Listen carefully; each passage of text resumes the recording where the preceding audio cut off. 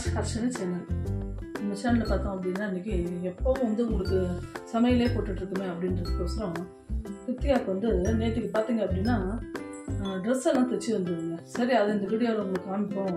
கார்டனிங்கும் காமிச்சு ரொம்ப நாள் ஆச்சு, இது ரெண்டே இன்றைக்கி காமிப்போம் அப்படின்னு சொல்லிட்டு இந்த வீடியோ வந்து இது எடுத்துருக்கேன். உங்களுக்கு பாருங்கள், ஸ்கிப் பண்ணாமல் பாருங்கள். வீடியோ ரொம்ப இன்ட்ரெஸ்ட்டாக நல்லாயிருக்கும். இது பார்த்தீங்கன்னா என்னோட ஒரு சாரீ இது பார்த்தீங்கன்னா அப்போ கட்டிட்டு நான் ஸ்கூலில் ஒர்க் பண்ணும்போதெல்லாம் கட்டின்றது. இப்போ பார்த்தீங்கன்னா ரொம்ப மெலிசாக இருக்க மாதிரி இருக்குது, எனக்கு கட்டிக்க ஒரு மாதிரி இருக்குது. அதனால் வந்து இந்த சாரீ வந்து என்ன பண்ணால் இந்த குர்த்திஸ் மாதிரி அவளையா கொண்டு போய் அளவு கொடுத்துட்டு வந்தாங்க டைலர்கிட்ட. இது பார்த்தீங்கன்னா லென்த்து நல்லா இருக்குங்க, கால் வரைக்கும் இருக்கும், கீழ் வரைக்கும் இருக்கும், ஃபுல்லாக இருக்கும். பாருங்க, இதில் வந்து ஃபீடிங் வச்சுருக்காங்க. ஹர்ஷினி பால் குடிக்கிறதுனால நீங்கள் போகிறதுனா என்ன செய்யுது போட்டு போடுறதுன்னு ஃபீடிங் ரெண்டு சைடும் வச்சுருக்காங்க. இது பார்த்தீங்கன்னா 800 என்னமோ வச்சுங்க டெய்லுக்கு தைக்கிறதுக்கு. சாரியில் வந்து இவளுக்கு ஒன்று தைச்சி ஹர்ஷனிக்கு ஒரு ஃப்ராக் தைச்சிருக்காங்க குட்டியாக. அது இன்னும் வரல, வந்ததுக்கப்புறம் காமிக்கிறேன் உங்களுக்கு. அதே நான் பாருங்கள், இது நல்லா ஒரு கிளாத். இது ஃபுல்லாக சில்வர் ஜெரிங்க, சூப்பராக இருக்கும். நல்லா போட்டேன்னா ஒரு ஃபங்க்ஷன் வேர்க்கெலாம் ரொம்ப நல்லா இருக்குங்க. இங்கேயும் பார்த்தீங்கன்னா பேக் சைடும் வந்து நல்லா நாட் வச்சுருக்காங்க பின்னாடி. இவன் வேறு எதுவும் இது பண்ணிக்க மாட்டான், ரொம்ப கிராண்டாக அந்த மாதிரிலாம் பிடிக்காது பாவம். ஏதோ சிம்பிளாக இருக்கிற மாதிரி, எப்போவுமே சிம்பிளாக இருக்கணும் அப்படின்னு நினைப்பேன். அதனால் வந்து இது பண்ண ஃபங்க்ஷன் வேருக்கு தாராளமாக போட்டுக்கலாம். அதில் நடுவில் வந்து இதோட ஜெரியே இருந்தது பார்த்தீங்கன்னா, இதோட இதுவே வந்து கட் பண்ணி விக்கெட் நடுவிலே வச்சுருக்காங்க. ரொம்ப அழகாக நல்லா வச்சுருக்காங்க. இப்போ அவளுக்கு போட்டோன்னா அவ்வளோ ஃபிட்டாக நல்லா அழகாக இருந்தது பார்க்கறதுக்கு.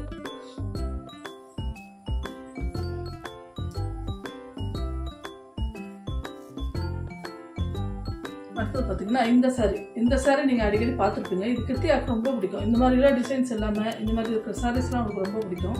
ஆனால் சாரீஸ் அவங்க ரொம்ப வேர் பண்ணிக்க மாட்டாள், எப்பயாவது சில சமயம் தான். அப்போ அப்படி இருக்கிறதுனால வந்து இது வந்து கேட்டுகிட்டே இருந்தா. இப்போ பாரு அம்மா, இதில் சுடிதார் தைச்சிக்கிடுமா, நீங்கள் அதை கட்டிக்கிறதே இல்லை, மெலிசாக இருக்குது. இது பூனம் வந்து வெரைட்டி ரொம்ப டிரான்ஸ்பரண்ட்டாக இருக்கும். சரி அப்படின்ட்டு சரி கிருத்திகா கொடுத்துருவோமே அப்படின்றதுக்கோசரம் அவளுக்கு கொடுத்தேன் நான். இதுக்கும் பார்த்தீங்கன்னா ஃபீடிங் இது வச்சு தைச்சிருக்காங்க. நல்லா சூப்பராக, இதுவும் சிம்பிளாக நல்லா இருக்குங்க. எங்கே வெளியில் போட்டு போக சிம்பிளாக இருக்குது. ஃபுல்லாக இருக்குது குர்த்தி, கால் ஃபுல்லாக நீட்டாக வரும்.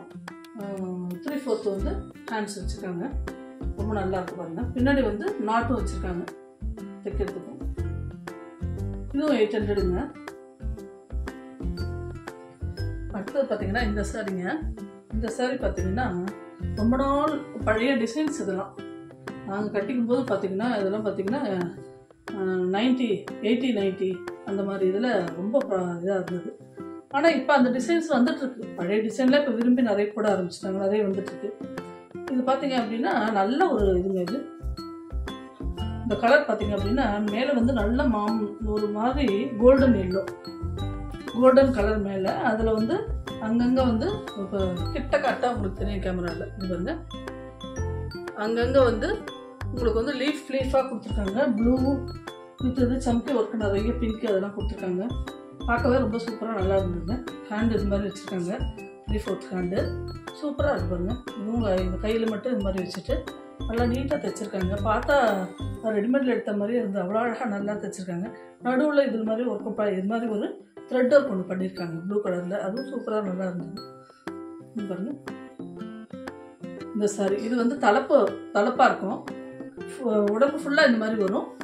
இந்த ஓரத்தில் வந்து இது ஒரு அந்த சாரி நீங்கள் பார்த்துருப்பீங்க. நான் ஒரு இதில் கூட பிளாக்கில் கூட கட்டின்னு வந்திருப்பேன். அந்த சாரி பார்த்துருப்பீங்க. இது பாருங்க, இது வந்து இந்த பக்கம் வரும்.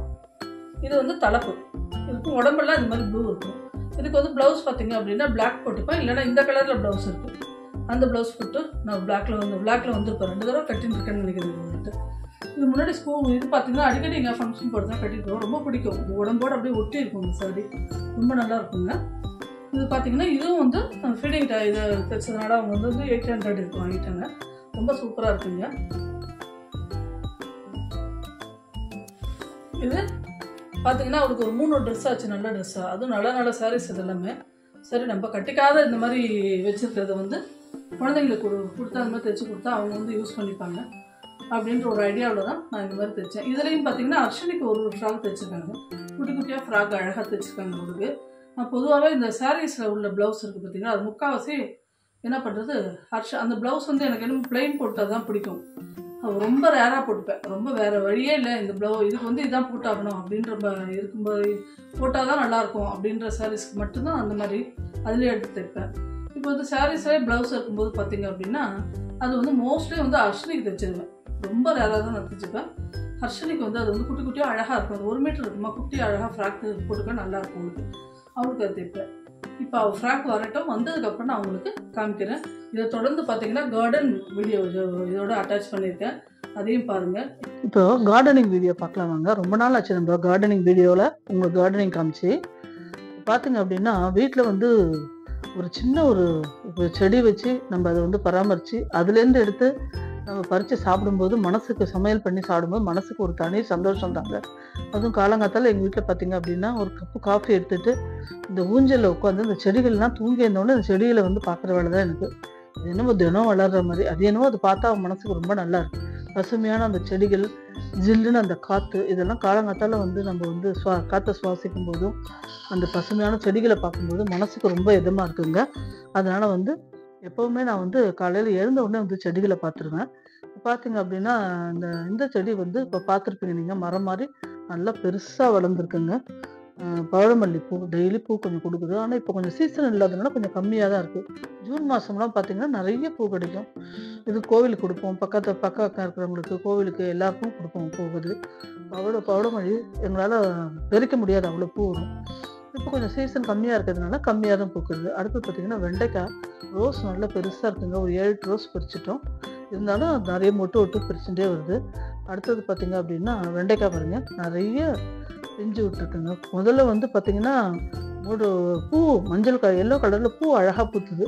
அதுக்கப்புறம் பார்த்திங்கன்னா அதுலேருந்து அப்படியே பிஞ்சு வர ஆரம்பிச்சிருங்க.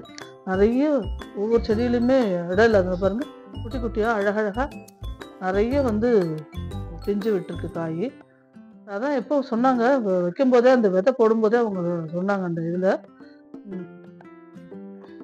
அதில் பார்த்தீங்கன்னா க்ரீன் ஹவுஸில் சொன்னாங்க, என்ன சொன்னாங்க அப்படின்னா, வெண்டைக்காய் போட்டிங்கன்னா 25 நாளில் நம்ம வந்து காய் பார்க்கலாம். நம்ம வந்து டெய்லி அது தண்ணி ஊற்றி 15 நாளைக்கு ஒரு தடவை தொடர்ந்து உரம் போட்டு வளர்த்துருந்தோம்னா கண்டிப்பாக 25 நாளைக்கு ஒரு தடவை வெண்டைக்காய் வந்து எடுக்கலாம். 25 நாளில் நம்ம காய் எடுக்க ஆரம்பிச்சிடலாம் அப்படின்னாங்க. அதே மாதிரி தான் இருக்குது. எப்படியும் வச்சு ஒரு 15 நாளைக்கு இருக்குன்னு வச்சுக்கோங்களேன். பாருங்க, இதில் நிறைய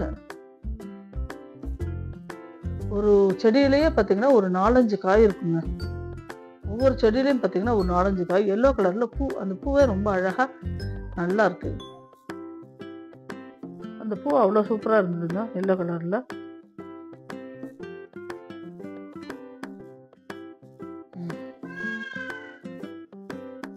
பாருங்க எப்படி இருக்கு பார்த்தீங்களா.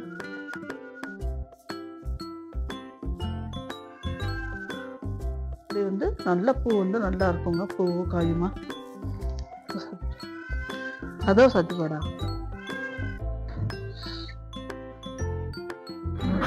அவ்வளோ பூங்க. அப்புறம் வெளியில் பார்த்தீங்கன்னா அரளி வச்சிருந்தோம் இல்லைங்களா, அரளியும் நிறைய கிளை தனித்தனியாக நிறைய கிளை விட்டுருக்கு. ஆனால் மேலே வந்து அந்த வேப்ப மரம் இருக்கிறதுனால ஹைட்டாக நல்லா வந்துருச்சு.